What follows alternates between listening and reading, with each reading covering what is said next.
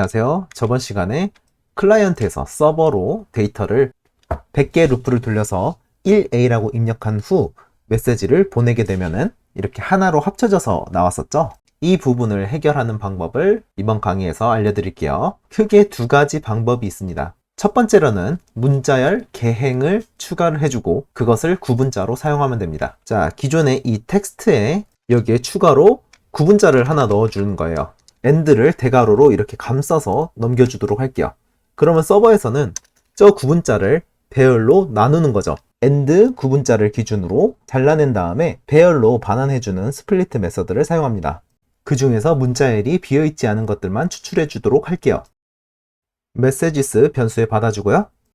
반복문을 추가해 주도록 하겠습니다. 그 안에 리스트박스 아이템스 add를 넣어주도록 하겠습니다. 자, 이대로 한번 이제 실행을 해보면요. 여기서 시작 연결을 하고 1A라고 메시지 전송을 해볼게요. 그러면은 카운트가 100개라고 보여지는 거 보이시죠?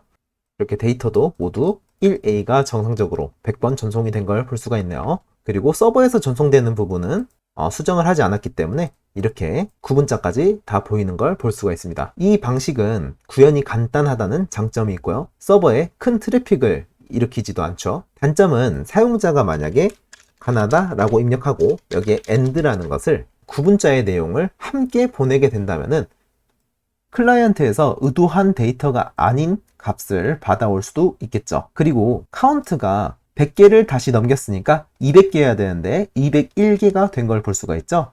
이렇게 밑으로 내려가 보면은 AND 표시가 잘린 것을 볼 수가 있네요. 자, 이 이유는 여기에 중단점을 걸고 메시지 전송을 눌러보면요. 자, 처음에는 리드가 19바이트만큼 리드가 되었고요. 이것을 리스트 박스에 추가하게 됩니다. 여기까지는 정상적이고요. 그 다음에는 데이터가 한꺼번에 읽어 드릴 거기 때문에 이렇게 리드가 1024가 된 걸 볼 수가 있죠. 그 말은 지금 제가 할당해 놓은 부분이 1024가 최대이기 때문에 이 부분이 넘어가게 되면은 잘려버린다는 거죠. 자, 여기에서 이 메시지를 잘 살펴보면은 AND가 뒤에서 끊긴 것을 볼 수가 있죠. 그리고 다음 메시지를 넘겨받게 되면은 방금 전에 끊긴 메시지 다음의 메시지부터 넘어온 것을 볼 수가 있죠. 서버에 설정해 놓은 크기보다 더 큰 데이터 값이 넘어오게 되면은 이렇게 데이터가 잘려버리는 현상이 생기겠죠. 그 단점을 보완하기 위해서 두 번째 방법을 저희는 사용을 해볼 거예요. 기존의 이 구분자 부분을 다시 지워주도록 할게요. 자, 원상태로 돌려놨고요. 클라이언트에서 서버로 메시지를 보낼 때 메시지의 크기를 먼저 서버로 보내주는 거예요. 메시지 length buffer라고 하도록 할게요. 비트 컨버터를 사용해서 int형을 바이트로 변경을 해줄게요. 이제 메시지 크기 버퍼를 메시지를 보내기 전에 먼저 보내주면 되겠죠.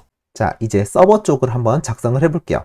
처음에 넘어오는 메시지 버퍼의 크기는 int형이기 때문에 4바이트겠죠? 그래서 4바이트로 이렇게 기본 설정을 해놓도록 하겠습니다. 리드 부분을 잘라서 여기는 무한 루프 상태로 변경을 해주도록 할게요. while문 안에 리드 부분을 넣어주도록 하겠습니다. 리드를 받고 if 리드가 0이면은 break 해주도록 하겠습니다. 자, 처음에 읽어드리는 이 버퍼는 이름을 사이즈 버퍼라고 변경을 해주도록 할게요. 그리고 이제 이 사이즈를 비트 컨버터를 사용해서 비트 컨버터 to int 32로 변경을 해줄 거예요. 사이즈라고 받아주도록 하겠습니다. 이제 이 사이즈는 다음에 넘어올 메시지의 사이즈가 되는 거예요. 다음 메시지를 다시 한번 받아줘야겠죠? 여기서 이렇게 받아줄 건데 새로운 버퍼를 하나 만들어 줘야겠죠. 바이트 배열로 버퍼라는 변수를 추가해 주도록 할게요. 해당 사이즈만큼 바이트를 생성을 해주는 거예요. 이 버퍼의 크기만큼 읽어주는 거죠. 이제 메시지 받는 부분은 버퍼로 이렇게 변경을 해주면은 모두 작업이 끝난 거죠. 이제 한번 실행을 해볼게요. 자, 시작 연결하고 1A라고 메시지 전송을 해보면은 이렇게 100개가 전송된 걸 볼 수가 있죠. 서버에서 클라이언트로 전송하는 메시지는 아직 작업을 하지 않았기 때문에 메시지가 정리되지 않은 상태입니다. 우리는 서버에 집중해야 됩니다. 이제 클라이언트에 아까처럼 가나다 AND를 넣어보도록 할게요. 메시지 전송 클릭. 카운트도 200개가 제대로 넘어온 걸 볼 수 있고요. 그리고 가나다 AND라고 클라이언트가 넘겨주는 메시지가 정확하게 받아지는 걸 볼 수가 있겠죠. 메시지 크기를 먼저 넘기고 그 다음에 메시지를 넘기는 방식으로 코드를 작성하게 되면은 장점으로는요. 버퍼 크기에 대한 제약이 사라집니다. 동적으로 버퍼 크기를 생성하기 때문이에요. 클라이언트로부터 받는 버퍼의 크기를 사전에 읽어오기 때문에 불필요한 메모리가 낭비되지 않죠. 단점으로 보면은 2번 전송하기 때문에 한 번 전송하는 것보단 당연히 서버에 트래픽이 생길 수가 있겠죠.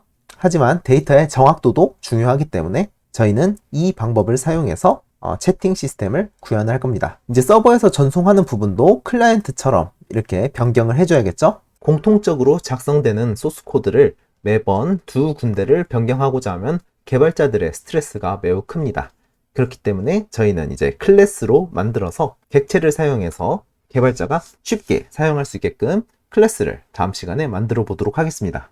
이번 강의는 여기까지고요. 다들 고생하셨습니다.